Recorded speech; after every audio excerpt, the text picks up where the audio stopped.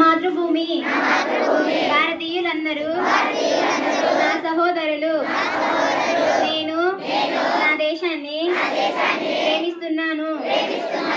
సంపన్నమైన మౌల్యమైన నా దేశ వారసత్వ సంపద నాకు గర్వకారణం. దీనికి అర్హత పొందడానికై సర్వదా నేను కృషి చేస్తాను. నా తల్లిదండ్రులను, ఉపాధ్యాయులను, పెద్దలందరినీ గౌరవిస్తాను. ప్రతి వారితోనూ మర్యాదగా నడుచుకుంటాను.